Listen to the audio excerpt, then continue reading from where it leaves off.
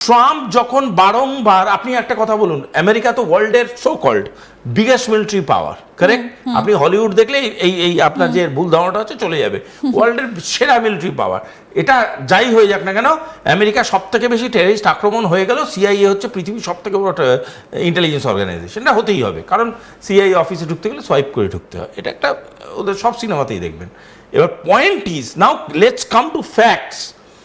America আজকের ডেটে এটা দাবি করছে যে ওরা সব থেকে পাওয়ারফুল জোন, সব থেকে পাওয়ারফুল আর্মি, সব থেকে পাওয়ারফুল ইন্টেলিজেন্স। তাহলে আমেরিকা কেন বারংবার এটা ইন্ডিকেট করতে বাধ্য হচ্ছে যে ইউরোপ ইন্ডালজড হোক? We are inviting Europe to come to this problem. কেন? তাহলে তো ইউরোপকে কেন ডাকার দরকার পড়ছে? তাহলে তো ইসরায়েলকে সাথে নিয়ে মিটিয়ে ফেলতে পারতো ইরানকে, কেন মেটাতে পারছে না ইরানকে? ওয়াই? জনমত বিশ্বজুড়ে একটা তার কারণটা হচ্ছে আমেরিকাকে প্রচন্ড রকম ক্ষতিগ্রস্ত করেছে ইরান, এবং সেই ক্ষতিগ্রস্ততা যুদ্ধ জিতছে হারছে এই ইকুয়েশনগুলোয় পড়ে না, কিন্তু যে ক্ষতিগ্রস্তটা আমেরিকাকে করেছে সেটার জন্য আমেরিকা পলিটিক্যালি ভায়াবল হয়ে গেছে, পলিটিক্যালি আনসারেবল হয়ে গেছে, জবাবদিহি তাকে তার দেশের ভিতরেই করতে হচ্ছে। এইখানে খেলাটা ঘুরে যাচ্ছে, এই খেলাটাকে ওরা বাইরে আসছে। আরেকটা ছবি একটু দেখাই, আমরা হাইফার ছবি দেখালাম, যে আমি এই প্রশ্নটা আপনার কাছে রাখবো যে ইসরায়েলের ভেতর হাইফাতে তো ভারতের কিছুটা স্টেক রয়েছে ইসরায়েলের মধ্যে, ভারতের ব্যবসায়ী বিশেষ করে আদানির একটা স্টেক রয়েছে। তাহলে কি এটা কোথাও গিয়ে জেনে বুঝে ভারতীয়দের উপরে একটা অ্যাটাক করা হচ্ছে? আমি এই প্রশ্নটা রাখবো। তবে তার পাশাপাশি একটু ইরানের ছবিও আপনাদের দেখাই, যে তেহরানে বেশ কয়েকটা অয়েল রিফাইনারিতে কিন্তু অ্যাটাক করা হচ্ছে গত কয়েকদিন ধরে, এবং কালকে জ্বালানি সংরক্ষণাগার সেখানে হামলা চালানো হয়েছে, এবং যে পরিমাণে সেখানে তেল একেবারে পুড়ে গেছে বিস্তীর্ণ এলাকা জুড়ে, দেখা গেছে যে তার ফলে বেশ কিছু জায়গাতে বৃষ্টির আকারে কালো জল ঝরে পড়েছে। মানে এটা বলা যেতে পারে যে ব্ল্যাক রেইন যেটাকে বলা হচ্ছে তেহরানে, সেই রকম ব্ল্যাক বৃষ্টি দেখা গিয়েছে তেহরানের আকাশে। এই যে দুটো জায়গা, তার মানে কি কোথাও গিয়ে এটা একদম স্পষ্ট যে টার্গেটটা হচ্ছে সেই তেল এবং তেলের খনিগুলো? না, টার্গেট হচ্ছে economy, considerable economic hit, precision economic hit, ঠিক আছে? এই হচ্ছে আসল টার্গেট।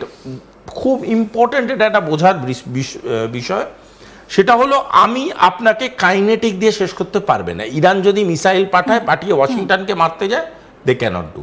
ইরান মিসাইল পাঠিয়ে যদি ইসরায়েলকে ডাইরেক্ট হিট করতে চায়, ইসরায়েলি মিলিটারিকে হিট করতে চায়, সেটা ইসরায়েলকে যত না ক্ষতি করবে তার থেকে অনেক বেশি ক্ষতি করবে যদি 2500 স্কোয়ার কিলোমিটারের মধ্যে রেডিয়াসের মধ্যে ইরান আমেরিকান ইনভেস্টমেন্টগুলোকে হিট করেছে। প্রথম 5 দিনের যদি আপনি ইনফ্লুয়েন্স করেন, একদম পারস্য উপসাগরের এপাশে যে সমস্ত আমেরিকার বেসগুলো রয়েছে, ইনভেস্টমেন্টগুলোকে একদম লেটস বি টেকনিক্যাল, ইনভেস্টমেন্টগুলো সিআইএর অফিস থেকে শুরু করে সবগুলো, সৌদি আরব, কাতার, কুয়েত, একটা এয়ারবেস তৈরি করা মানে যথেষ্ট খরচা সাপেক্ষ। তারপরে হিট করতে শুরু করলে কোন জায়গাগুলোতে? যেখানে যেখানে আমেরিকার ইনভেস্টমেন্ট আছে সেই জায়গাগুলোতে হিট, যেমন আজারবাইজান, বহু জায়গায়। এইবার চলে গেল ইসরায়েলে, ঠিক আছে? এইবার ইসরায়েলে গিয়ে যখন ও হিট করছে, তখনও কিন্তু সেই জায়গাগুলো হিট করছে যেগুলো ইসরায়েলের ইকোনমিক স্তম্ভ বোঝার চেষ্টা করুন। ও সেখানে হিট করছে। কেন হিট করছে? যে কোনো যুদ্ধটা আমরা শুধু দেখি যুদ্ধ হিসাবে, বাট টেকনিক্যালি যারা যুদ্ধ করে বা যারা সামরিক স্টাডিজের সাথে যুক্ত বা যারা স্ট্র্যাটেজিক লোকজন, তারা কিন্তু যুদ্ধর কোনো কনসেপ্টে বিশ্বাস করে না। আমিও পার্সোনালি যুদ্ধ বলে কিছু হয় বলে আমার মনে হয় না। যেটা হয় সেটা হচ্ছে টার্গেট অ্যাচিভমেন্টস। আপনি যদি ইরানের কোনো কমান্ডারকে বলেন যে আপনি ইসরায়েলে আপনি কি করবেন, ইসরায়েলের সাথে যুদ্ধ করবো, এরকম কিছু স্টেটমেন্ট হতে পারে না। আমি ইসরায়েলের আগামী 10 দিনের মধ্যে এই 5টা অবজেক্টিভ রিচ করব। কি করব? ইরানকে ইকোনমিক্যালি আমি 20-30% পিছনে পাঠিয়ে দেবো। আমি ইরানের এই তেল শোধনাগারকে এই ডেটে হিট করব। আমি এই জায়গাগুলোকে হিট করব। আমি এই জায়গাগুলোকে ক্ষতিগ্রস্ত করব। তার জন্যে আমাকে এরকম ধরনের মিসাইল ইউজ করতে হবে, তার জন্য আমাকে এরকম ধরনের লঞ্চার ইউজ করতে হবে, তার জন্য আমার সাথে এতগুলো এয়ারপ্যাডকে অ্যাক্টিভ করতে হবে। বোঝার চেষ্টা করুন, এই জিনিসটাকে বলা হয় ওয়ার ইকোনমিক্স। এই ওয়ার ইকোনমিক্সটাকে ভায়াবল রাখা, যে যতটা রাখতে পারে, যে যতটা স্টেবিলাইজ করতে পারে, সে তত বিরাট যোদ্ধা। এখানে যুদ্ধের যে স্ট্র্যাটেজিটা আছে, যুদ্ধের স্ট্র্যাটেজি মানে গিয়ে বোম মেরে দিলাম, গুলি মেরে দিলাম, that is not the thing. আমি বোম মেরে দিলাম, গুলি মেরে দিলাম, 1 সপ্তাহের মধ্যে আমি শেষ। তারপর দামার দাম পড়ছে, আমিও শেষ।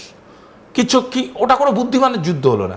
ইরান কি করছে? ইরান ইকোনমিক হিট করছে, বারংবার ইকোনমিক হিট করছে, এবং এই ইকোনমিক হিট করছে বলেই দেখবেন আপনি একটু ন্যারেটিভটা দেখুন। আমি কিছুক্ষণ আগেই আপনাকে বলছিলাম আইডব্লিউর কথা, ন্যারেটিভটা কিরকম শিফট হচ্ছে। ন্যারেটিভটা প্রথমে ছিল কি আমরা উড়িয়ে দেবো ইরানকে, আমি আর ইসরায়েল মিলে শেষ করে দেবো ইরানকে, হ্যান ত্যান। সেই ন্যারেটিভটা কি চেঞ্জ হচ্ছে? এখন বলছে ইউরোপের কি সেন্স অফ রেসপন্সিবিলিটি নেই, তারা কেন জুড়ছে না আমাদের সাথে? এখন কি ন্যারেটিভটা হচ্ছে? এখন ন্যারেটিভটা হচ্ছে ইসরায়েল এর উপরে যে আক্রমণগুলো হচ্ছে সেগুলো নিন্দনীয়। আরে নিন্দা কি করছে? তো ছোট দেশ, মেরে উড়িয়ে দে, পারছে না উড়াতে। তার কারণটা হচ্ছে ইরান হচ্ছে ডেসপারেট অ্যাগ্রেসিভ একটা পাওয়ার। ইরান জানে ইরান বেশি দিন টানতে পারবে না।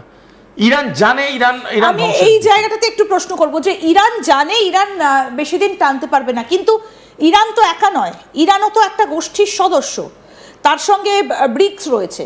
তাহলে এর পেছনে কি অন্য কারোর মাথা কাজ করছে যে এতদিন? কারণ ডোনাল্ড ট্রাম্প ভেবেছিলেন যে তিনি হয়তো ওয়ান ফাইন মর্নিং ভেনেজুয়েলার মতন পুরো ঘটনাটাকে শেষ করে দেবেন, কিন্তু সেটা তো ভেনেজুয়েলা ইরান এক না। প্রথম কথা, ইরান হচ্ছে বিগেস্ট ইসলামিক পাওয়ার, এটা কিন্তু তার জন্য ব্রিক্সের কোনো প্রয়োজনীয়তা নেই। দ্বিতীয় জিনিস হচ্ছে ব্রিক্সের মধ্যে কোনো মিলিটারি ট্রানজ্যাকশন নেই যে একে অপরকে সাপোর্ট করবে, এরকম কোনো লজিক্যাল ট্রানজ্যাকশন নেটো ভেটোর মতো নেই। সুতরাং ব্রিক্সের কনসেপ্টটা এখানে অতটা আসে না।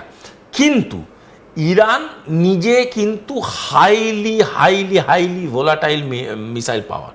ইরানের কাছে হাইপারসনিক থেকে শুরু করে মানে ইরান যদি সাইপ্রাস পর্যন্ত অ্যাটাক করতে পারে, সাংঘাতিক মিসাইল পাওয়ার আছে ইরানের কাছে।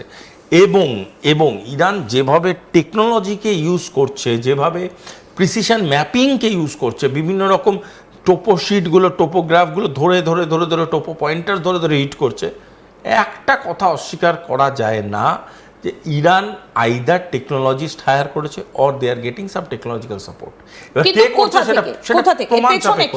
দেখুন, পসিবিলিটি অনেক হতে পারে, পসিবিলিটি চাইনিজ পসিবিলিটি আছে, রাশিয়ান পসিবিলিটি আছে, কিন্তু প্রমাণ ছাড়া এইসব কথা বলা উচিত হবে না। এটা it is not responsible way of talking. আমি এটা কোনো রেসপন্সিবল ছাড়া কথা বলা যায় না। কিন্তু ইরানকে যেই সাপোর্ট করুক, আমি তর্কের খাতিরে ধরে দিচ্ছি ইরান এটা নিজের ক্ষমতায় করছে, সাংঘাতিক প্রিসিশন ফাইট করছে ইরান।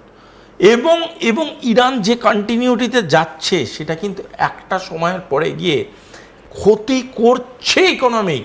ইরান তো দেখুন, একদিন যুদ্ধ হওয়া মানে খুব কম করে 1.5 থেকে 2,000 কোটি টাকার খরচ, খুব কম করে আপনাকে আমি বলি। এই যে ক্ষতিটা হচ্ছে, কেউ যদি বলে 1.5-2,000 কোটি টাকা খরচ কোনো রাষ্ট্রের জন্য কোনো ব্যাপার না, মিথ্যে কথা বলছে, অ্যাবসলিউট মিথ্যে কথা বলছে, সেটা যত বড়ই রাষ্ট্র হোক না কেন।